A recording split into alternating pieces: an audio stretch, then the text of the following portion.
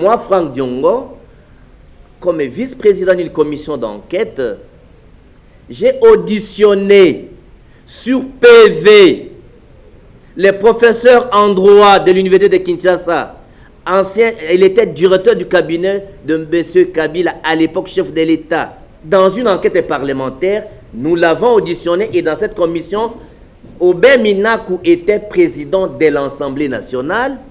Il était également chef de la majorité présidentielle. Kabila, président de la République.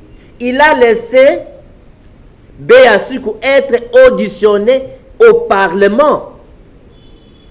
Je prends à l'époque conseil juridique, l'acteur chef de la majorité, Maître Néhémi. Il était même venu accompagner quelques personnes. Et le professeur Béasukou, nous l'avons auditionné sur PV, il a répondu, alors que c'est un professeur de droit. Parce que qu'est-ce qu'il faut expliquer à l'opinion publique? Si nous avons accusé Kabila qu'il était dictateur, mais il a laissé faire son directeur du cabinet répondre à une commission d'enquête parlementaire. À combien plus forte raison, un président de la République issu d'un combat de la démocratie qui va empêcher que son directeur du cabinet soit auditionné par la justice. Parce que jusque-là, une invitation n'est pas un mandat de comparution. On est encore dans les règles d'information. Il était question d'un domaine, d'un dossier qui ne rentre pas, c'est là la ligne de marche que les gens retiennent, qui ne rentre pas dans la gestion administrative et financière du cabinet du président de la République. Donc, en droit parlementaire, le directeur du cabinet du président de la République, lorsqu'il traite de dossiers, il s'ingère dans les dossiers de gestion en dehors de la gestion administrative et financière du cabinet du président. Il lui répond devant n'importe quel contrôle parlementaire ou judiciaire. Donc, tel que les dossiers de 100 jours, l'honorable Vital Kamerhe, comme éducateur chef de l'État, s'il y a une commission d'enquête et parlement de contrôle, on va les convoquer, il doit répondre, et c'est ça le droit parlementaire. À combien plus forte raison sur le plan pénal? Vous rappellerez qu'à l'époque de M. Tchibala, le président Vital Kamerhe a écrit une lettre pour suspendre tout paiement sans l'autorisation émanant de lui. Dans cet angle-là, il a agi comme ministre de Finances, l'ordonnateur principal des fonds de l'État. Et lorsqu'on agit comme un comptable d'État, on doit être contrôlé, sanctionné comme un comptable d'État. Deuxièmement, parce qu'il y en a beaucoup d'exemples, les marchés des 100 jours. Mais c'est le directeur du cabinet du chef de l'État qui a organisé la passation de marché. C'est question que la justice vérifie. En donnant les marchés de gré à gré, est-ce que les conditions avaient été réunies? Est-ce que par rapport à la loi congolaise, est-ce que les principes ont été violés ou ont été respectés? Les entreprises qui ont eu des marchés, est-ce que ces entreprises ont été enregistrées dans les guichets uniques? C'est-à-dire sont en règle avec la loi? Et comme ministre des Finances à l'époque, l'ordonnateur des financements, est-ce que les plans de décaissement a respecté la procédure? Est-ce que les exigences de paiement d'un marché ont été respectées? Troisième élément, lorsque le président Vital Kamerhe écrit au ministre de la Santé de l'époque, Roli Ilunga, qu'il a donné un marché de fourniture de médicaments, 12 conteneurs, pour une valeur de 10 millions de dollars. Moi, Franck Diongo, comme je cherche sur la question congolaise, vous connaissez, j'ai mené des recherches au ministère de la Santé. Jusqu'à aujourd'hui, les conteneurs de médicaments ne sont jamais livrés. Quelle est l'entreprise qui a eu le marché de livrer 12 conteneurs de médicaments? Est-ce que sur la justice voudrait s'informer avec toute politesse, en respectant la procédure? Est-ce que c'est de l'acharnement?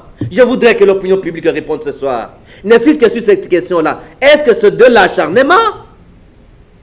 Est-ce que c'est le règlement des comptes? Est-ce que c'est de la haine? Est-ce que c'est les politiciens sans positionnement qui agissent?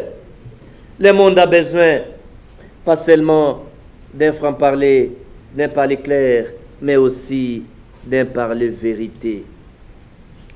Le débat sur le plan, est-ce qu'un directeur du cabinet qui a rang de vice-premier ministre, est-ce qu'il y a un problème? Si est-ce que la cour d'appel a compétence de les juger? Tous ceux qui évoquent ces dispositions connaissent qu'ils n'ont pas raison, c'est de la mauvaise foi. Ils veulent gagner tout simplement le temps. C'est de la mauvaise foi.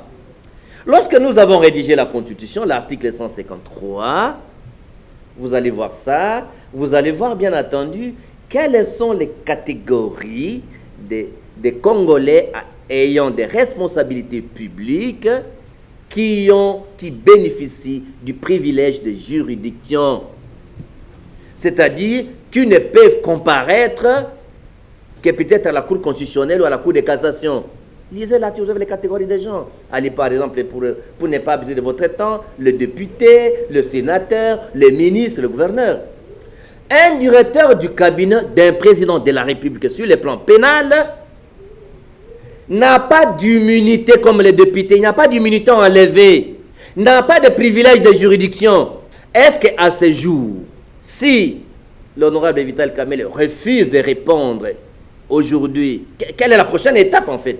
Mais la prochaine étape est claire, c'est qu'on doit lui envoyer demain une autre invitation. Les dangers qu'il court, c'est que la deuxième invitation a l'équivalent des mandats de comparution. Et s'il ne vient pas demain, on va l'arrêter par mandat d'amener. Est-ce qu'il faut amener un leader politique à ce niveau-là? Moi, je conseille le président Vital Kamerhe à beaucoup d'humilité, à beaucoup de sagesse, à dépolitiser l'affaire. Il sera ridiculisé pour rien. Il faut conseiller le président Vital à l'humilité, à la sagesse, pas au bras de fer avec la justice, pas à la manipulation de l'opinion publique. J'agis par amour, par fraternité et par défense, bien entendu, de l'état de droit et de démocratie. Je dis que c'était membre du PPRD et membre du FCC, qu'on arrête la diabolisation, qu'on arrête la politisation.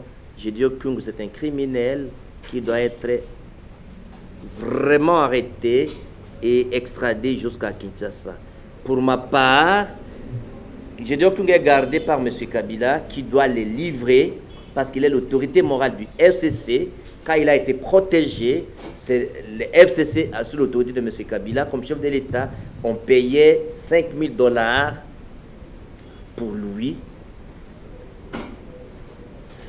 Toutes les autorités, surtout dépendant que de moi, dans l'enquête de la délégation qui est partie au Katanga, toutes les grandes autorités, ministre de la Défense, on a vu à la télé, ministre de la Défense, ministre de l'Intérieur, le chef d'état-major général, l'AG de la NER, l'inspecteur général de l'armée, si Gédéon Koungou n'est pas rendu pendant cet état d'urgence, il faut révoquer toutes ces autorités-là. C'est qu'il y a une complicité. Une personne ne peut pas, un criminel, gardé par les peines, ne peut pas quitter Lubumbashi, aller passer par Likasi 200 km de route et on ne l'arrête pas pendant le couvre-feu. C'est qu'il y a complicité. Et comme nous sommes dans un état d'urgence, le président de la République a même le pouvoir de suspendre tous les gouverneurs qui sont là. Et révoquer toutes les autorités politico-militaires qui sont là. Si nous blaguons avec la justice, c'est fini, notre pays va disparaître. Je plaide pour un état de droit, je plaide pour le respect de la loi, je plaide pour un état de démocratie.